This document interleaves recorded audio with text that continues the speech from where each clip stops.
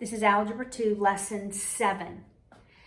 And the first part of this lesson deals with percents.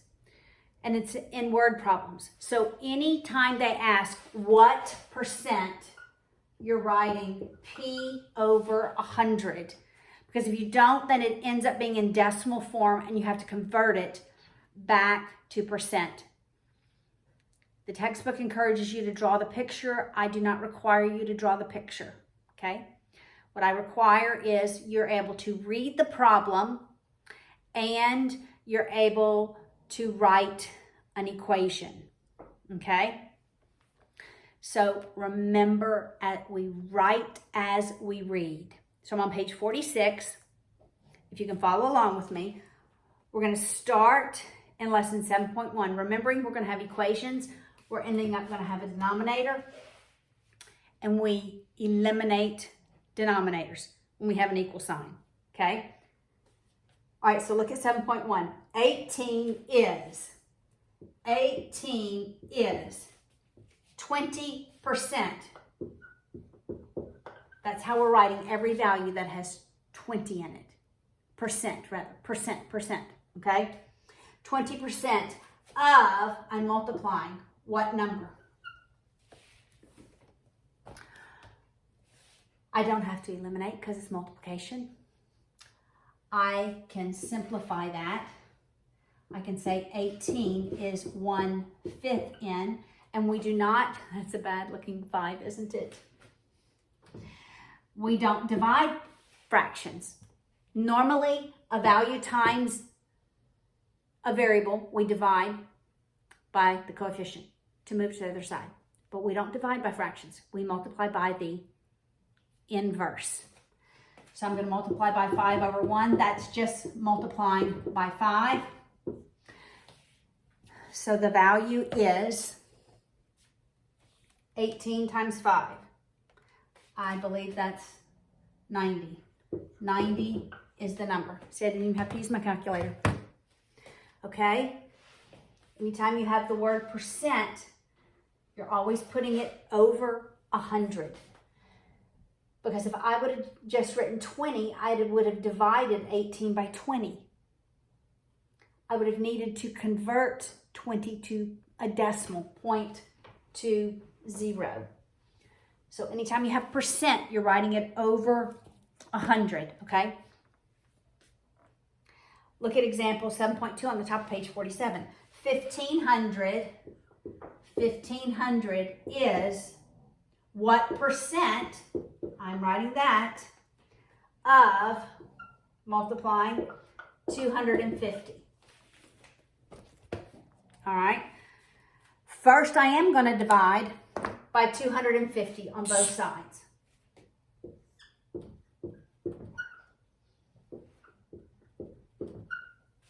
To eliminate that 250. My 250 eliminates on both sides. 1500, there's 4 250s in 1,000, 2 more, so that's 6. 6 equals P divided by 100. I am, to eliminate that in the denominator, I'm multiplying by 100. Let's go ahead and lock that in our brains now. When I have the variable in the numerator, a number in the denominator, I'm multiplying by that denominator on both sides. So what is my percent? 600%. Okay? No need to draw the picture. Just remembering when you hear the word percent, you're writing that value over 100 so that we keep it in percent and not in decimal form. The second part of the lesson is geometry. I'm trying to find a pen that, I know I had a new pen up here. And it's equations in geometry. So we're adding an aspect of algebra in geometry. All right, look at 7.3, bottom of page 47. We have a triangle, and each of the angles is labeled with a binomial, with a variable in it. Well, we know that the sum of the angles in a triangle is 180 degrees. So if I add those angles up, they should equal 180 degrees. All right, so that's what I'm going to do. 2x plus 2 plus 6x plus 10 plus 7x plus 18 equals 180 degrees. And I can solve for x. I don't like how they say find x. I know where x is. All right, let's add. Remember, when we're adding like terms, we add their coefficients. 2 plus 6 is 8. 8 plus 7 is 15. That's 15x. Now we'll add my constants. 2 plus 10 is 12. 12 plus 18, that's 30. Now it's simple algebra. I'm subtracting 30 on both sides. I end up with 15x equals 150. I divide both sides by 15. And x is 10 because 150 divided by 15 is in fact 10.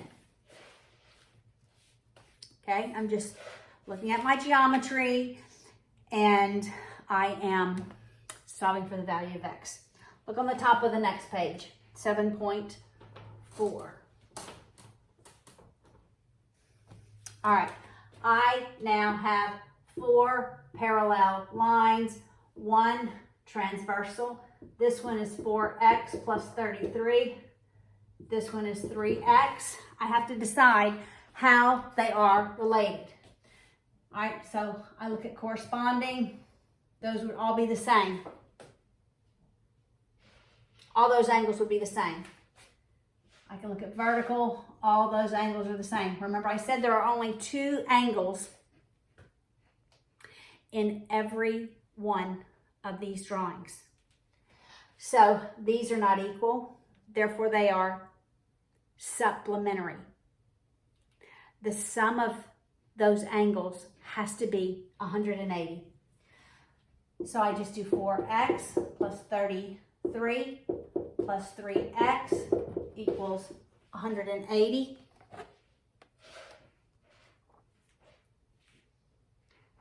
I add my like terms. I have 7x plus 33 equals 180. I'm going to subtract my 33 from both sides. 180 minus, 180 minus 33 is 147. When I divide by 7, x is 21. I knew that. 14 divided by 7 is 2. 7 divided by 7 is 1. 21. Now, if it asks another question. It says, find the measure of a small angle and the measure of a large angle. So I have x. I'm now going to plug it in and solve for the angle. So 4 times 21 plus 33. That's 84 plus 33. So this angle is 117 degrees. This one is 3 times 21, and that's 63 degrees. Do they in fact? Yes. They do add up to 180 degrees. Okay, look at the final example on page 48.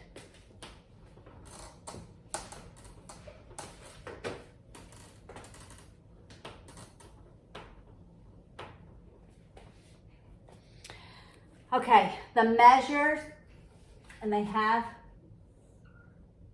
angles.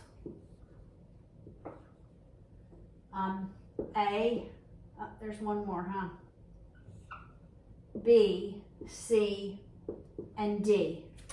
And it says the ratio of them is 1 to 2 to 4 to 2. So actually, B is twice the measure of A. C is 4 times the measure of A. B and D are equal. But the sum of them has to be what? 180, because it's a straight angle. So if I use the ratios, and it's 1 times some value, 2 times some value, 4 times some value, and 2 times some value, I can add them up, set them equal to 180, and solve for all the angles.